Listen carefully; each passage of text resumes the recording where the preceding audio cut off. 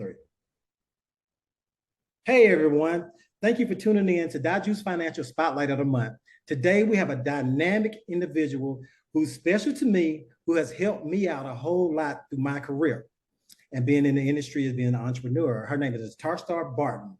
She runs the company NBL Advisory Group. She's a trailblazer in strategy development, government grants, and entrepreneur. Today, I want to make sure that everyone who's listening today, that there's an opportunity for you to get grants out there, but also there's an opportunity to get help. Because one of the things that I believe is it takes a village to be able to run your business and to be able to run your life and to be able to grow together. So with no further ado, I would like to go ahead and introduce her and give her opportunity to tell you a little about her and about who she is and where she's from. And guess what, y'all? She's from the West Coast.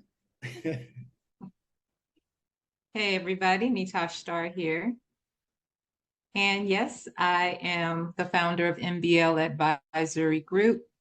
And at NBL Advisory Group, we stick to our lane and our niche of helping our clients be more successful at securing government grants. And we also help with different initiatives for our clients. As Dominique said, I'm originally from the West Coast. I'm originally born and raised in Oakland, California, but I've been here in Atlanta. I think it's about to be 14 years. Oh my God. But I've always known of the South. My parents are from the South. My mom's from Tampa. My dad's from Mississippi. So it's weird that I'm here in the South, but I am. And I'm loving it because my guy is here. So I'll be here as long as he's here. Got it. You know, so one of the things I want to start out with, how did you end up going in the direction of starting NBL Advisory Group? And how did you get started in the industry you're in? Well, I started in the industry while I was still an undergrad in college. So a group of friends of mine, my double major at the time was theater arts and political science. And we had a troupe and we were traveling, taking this show called Brother Man to these schools, and we needed some funding. And so I wrote our first grant to get that funding. It was like $3,000 from the Sacramento Metropolitan Arts Commission. And from there, my information was just shared with other nonprofit organizations in the community of Sacramento. And I started helping other organizations get funding. So I've been doing this over 25 years. Yeah. And, you know, that's a very long time. And, you know, that one of the things I can tell y'all from my experience is working with her, she is an expert at what she does. You know, one of the things is she does close. She's a closer. And a lot of people, I know who does grants. They can't speak for their numbers, but one of the things is that she can speak for her numbers and show her numbers at the same time. You know, what inspired you to make you want to go in this direction for yourself? Was it an individual that pushed you in that direction, or it was just, I just want to do it? Well, actually, from working with other organizations, I had two folks putting me out there, like saying, oh, you should call this young lady and work with her. And the more that I did work with other organizations, the more my name got out there. Once I started writing, specializing writing for youth organizations and any type of entity, whether it be a school district or a school or a youth focused organization, I was writing those grants. I started being called on by the state of California to be a reviewer, meaning that I actually scored grants. Wow. And from there, your name just gets out there. So it was something that I felt I had a special talent for with writing. And it was a way of giving back to my community. And it always was a side hustle for me while working in the film industry as a makeup artist. So it's just been something that I've always done. And then it also helped me. I had several organizations that I started. I had an after-school arts program called Creative and Performing Arts Academy, CAPA. had a staff of 13, all of whom were paid, and paid through grant funding that I received for the organization to run this after-school arts program. So word just gets out, you kind of build from there, and then you start noticing what industries you write best for. So I went from writing for those in education to then dealing with energy companies, dealing with folks in technology, dealing with folks in health and human services. So you just kind of grow and you get to know the lay of the land, the different agencies, the different program managers with these federal and state agencies. And you just start working with clients and bringing them in. And on average, working with about, 10 to 20 clients a year, because I was actually fully employed elsewhere while running my side hustle. So this is a question that's gonna throw you off, because it's, explain to people when they come to you, how you want their business, and how you want them to be set up before they even have that conversation with you. The top 5 things you want them. I know this is a little different. The top 5 questions that you want, the top 5 questions you're going to ask, and the top 5 things you want them to have in place before they even sit down and talk to you. Because I know a lot of people come to me, asking me, I want to talk to a grant writer. I want to talk to somebody to help me get this grant. And when I talk to them, and I know when I explain to them, it goes through one ear, not the other. But I know that when you get them and you break them down, they come back and like, well, you was right. Well, she told me I need to do A, B, C, D, E, F, G. And sometimes they go all the way to Z. Yeah. So my questions for clients, just like a 15, 20-minute intro, basically is asking them things about their budget. I probably already received their company name, so I can check and see for company records. 60% of my clients are nonprofit organizations, so that's all information, that's public information that I can pull up. And I'm looking to see that they have their financials in order, just like a regular business, because a lot of times folks think because they're a tax-exempt corporation or a charitable corporation that they don't have to keep paperwork, and that's not true. So making sure that I ask questions around the type of company that they have, their business financials, and on the financial side, I want a profit and loss statement, right?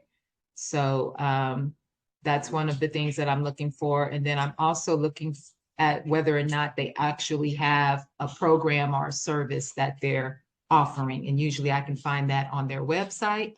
Mm-hmm. And probably the last thing, so that's 4.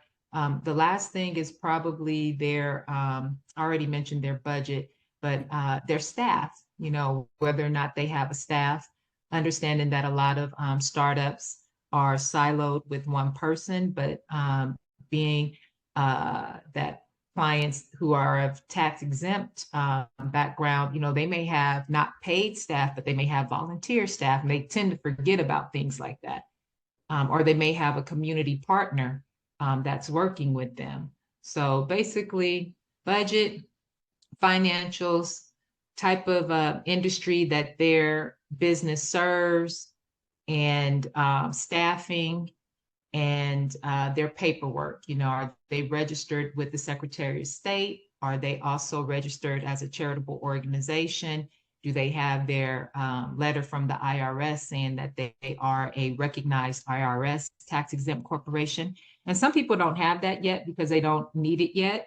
But then some get that right off the bat. Okay, then. So another question I want to ask, tell us about one of the companies that you have dealt with that has been successful in running your program. You don't have to get a name, but you can give a description. Yeah, so I deal with companies that are in the health and human services field, that are in the financial field, energy. My largest grant win was for an energy company, the Sacramento Municipal Utility District, $127 million. That was one grant under the Obama administration. That grant was used to create 6,000 jobs putting the smart meters on homes and businesses throughout the state of California. And it was the smart meter program was the name of the program. So SMUD is over 50 years old, but they are a tax exempt organization. Wow. And a lot of people don't know that. Yeah, the largest win for the Department of Energy, 127 million for that job. Here in Atlanta, I've dealt with a financial agency that works with empowering small business owners and housing, our home ownership empowerment and financial literacy. Little over $12 million for them in over 4 years. And that was on a slow roll, because sometimes companies aren't ready and they need you to slow down bringing in the funding, because with federal dollars comes what we call compliance and regulations and auditing. Once you receive over $500,000 in federal funds, you are then invested, or vested, not invested. You are then vested, and at any time, the feds can come in and do what's called a federal audit, where they are checking your accounting systems and checking how you are managing funding dollars from funding federal or state or local government agencies. So, going forward, one of the things is, I see that you did from 127 all the way down to what, $12 million over 4 years. And I know we have talked before that, you can even do down to, there's $150,000 to $200,000, you're all over the place where you can help someone out. But I want everybody to understand, ain't nothing free. We're going to start off with that, to get quality service, you got to understand you have to pay for it. One of the things is that's something you will have to talk to her on a later date. But that's one thing I do believe in, is that you need to be able to pay for the service that you want. And NeTashStar, she's give quality work, and she will make sure that she can turn everything around for you. NeTashStar, I want to end it by telling people how they can be able to reach you and get in touch with you in the best way. Okay, so the best way to get in touch with NBL Advisor Group or with myself is through LinkedIn. You can go on to LinkedIn and put in NeTashStar, the visionary, and I will pop right up. You can also reach out to me via email, NeTashStar@NBLAdvisorGroup.com. And as a matter of fact, you know what? That email doesn't have group on there. It's just NeTashStar@NBLAdvisor.com, because it had gotten long. So you can email me there, and you can, of course, go on LinkedIn to NeTashStar, the visionary. I want to thank you, NeTashStar, again for allowing me to be able to interview you and being my spotlight of the month. Like I said, you have been a godsend to me and helping me out with my business. A lot of times, some of the things you say I don't listen to, but it takes me a while for the process, but eventually I get it. But one of the things I like to lead off with is a quote at the end of every spotlight of the month. The quote I have today is, "Well done is better than well said." Because here at Dieujuste Financial, we believe in bridging the gap to your financial future. Thanks for having me, Dominique. You're welcome. You have a good one now. You too. Bye Bye. now.